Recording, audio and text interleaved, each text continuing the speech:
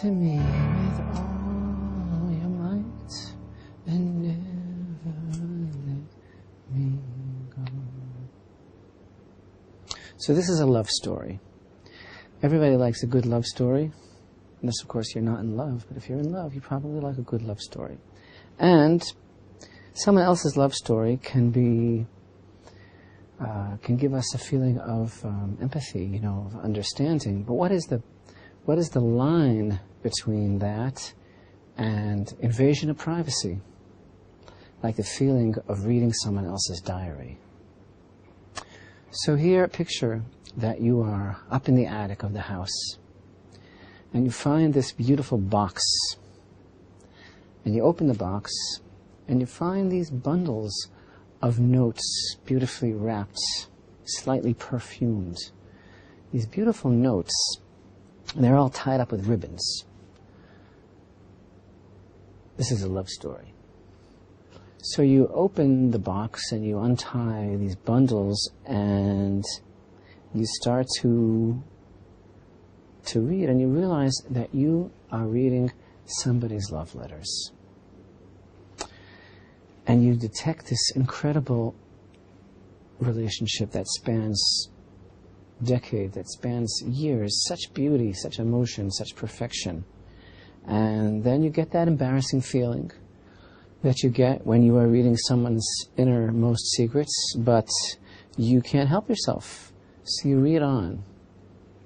You read these beautiful love letters, and then you get this strange feeling because you start to read of places and events and memories, references, veiled references, nostalgia, and you begin to get this feeling of familiarity, and suddenly you begin to realize that events that are being alluded to match specific times and places that you are also aware of in some memory. It seems a little bit strange because it seems so similar to a story that you know, and then you realize that it's your parents' own story. And you realize that this box of love letters is your parents. And your parents always had this beautiful, perfect marriage. To a fault. Everybody's always talking about their relationship. And how lovey-dovey they always are. To a fault of embarrassment. They're a very good couple. But now, as you're reading through these letters, you're starting to see things and to learn things that you never knew before. Starting to learn of problems along the way. All sorts of things that are maybe not things that you should be reading. Not untoward things, but things that are very painful. Bumps along the way to this perfecting of the relationship. Maybe even a suspicion on some level at one point of weakness. Maybe even a feeling of betrayal and a suspicion of unfaithfulness. But you see, from the scope, the depth of feeling, the scope of the letters, you see that never made any difference. That they weathered all of those storms, that they kept on going, and everything eventually worked out until they came to the point of building their dream house together. Now all of a sudden you have this unbelievable perspective of what it took to make this relationship. How many years of painstaking dedication, of going through life together, the thick and thin, all the foibles, all the ups and downs, all the down days, the good and the bad, and how they stuck it out together. And you have a totally different conception of the power and the strength of their dedication to each other and what it really took to make this relationship. Because everything wasn't always so smooth. There were these issues that came up that you had no idea about.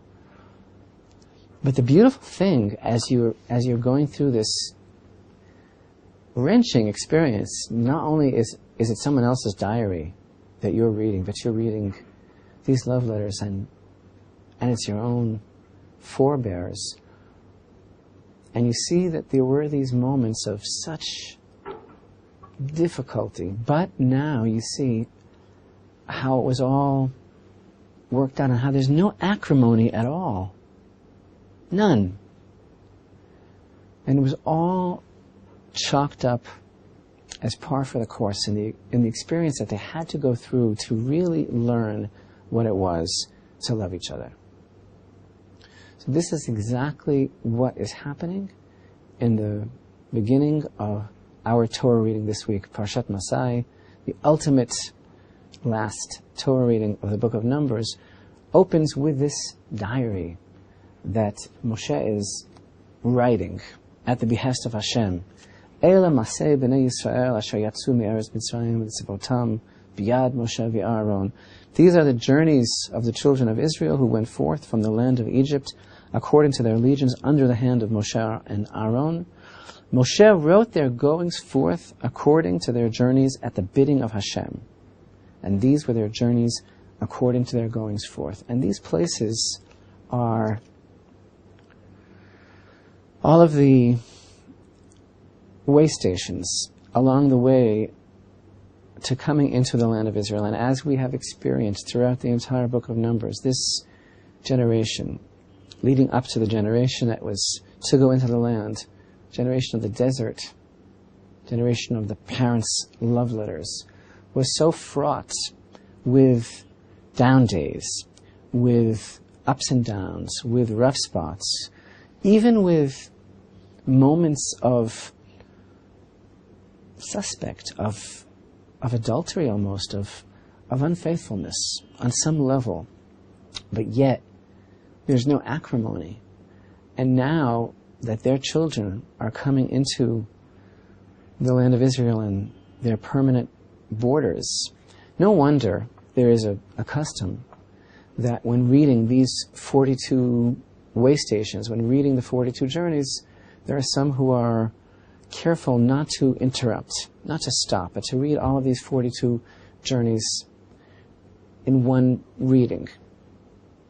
And no wonder the secrets of the Torah emphasize that these 42 journeys are a total microcosm of every individual. That every person has to go through all manner of things, of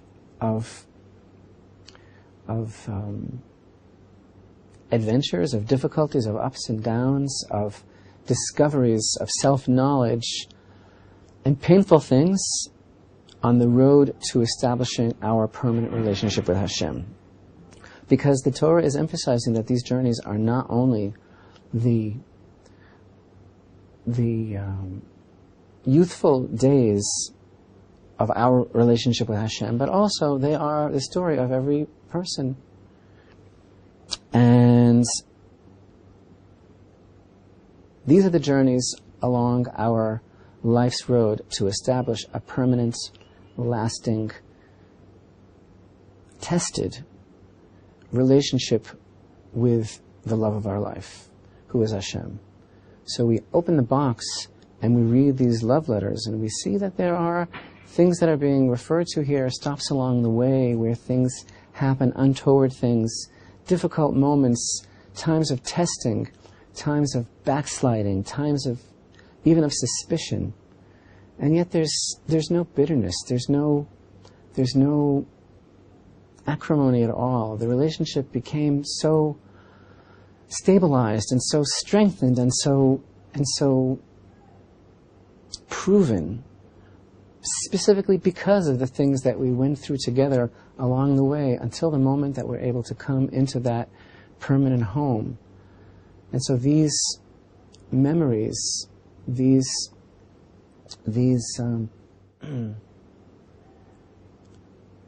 stops along the way, we would not be in the position that we are today. We would not be able to come into our permanent home. We would not be able to enjoy the relationship with the love of our life, Hashem, that we have today, were it not for having to go through all of those things, the difficult as well as the good and the smooth.